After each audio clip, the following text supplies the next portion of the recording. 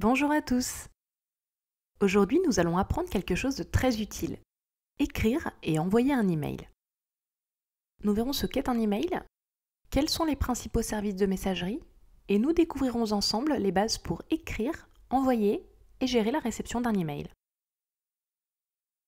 Un email, comme vous le savez sans doute, c'est un courrier électronique, c'est-à-dire un courrier qui transite entre un expéditeur et un destinataire, par Internet, d'une boîte aux lettres électronique à une autre.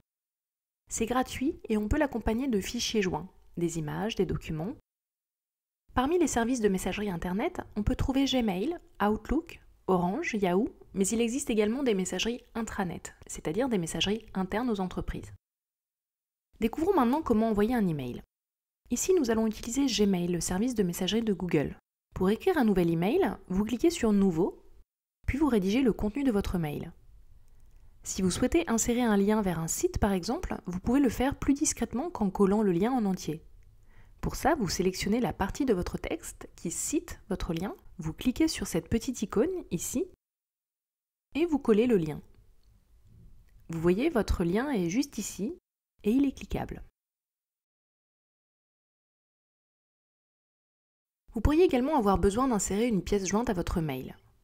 Pour ça, vous cliquez sur le trombone et vous allez chercher dans vos documents le fichier à joindre. Une fois votre mail rédigé, il est très important d'ajouter un objet, c'est-à-dire une sorte de titre à votre email, pour que vos destinataires sachent avant même de l'ouvrir de quoi vous souhaitez leur faire part. Vous ajoutez ensuite l'adresse mail de votre ou de vos destinataires dans le champ A. Le champ CC, copie carbone, permet de distinguer les destinataires principaux des destinataires secondaires. En principe, vous mettez en CC les destinataires desquels vous n'attendez pas de réponse directe. Le champ CCI, copie carbone invisible, vous permet de conserver l'anonymat de vos destinataires en cachant leur adresse. Le destinataire ne saura pas que l'email a été envoyé à d'autres destinataires. Vous pouvez ensuite cliquer sur Envoyer. Sachez que votre messagerie vous permet également d'envoyer des emails à un ensemble de correspondants en créant des groupes de contacts.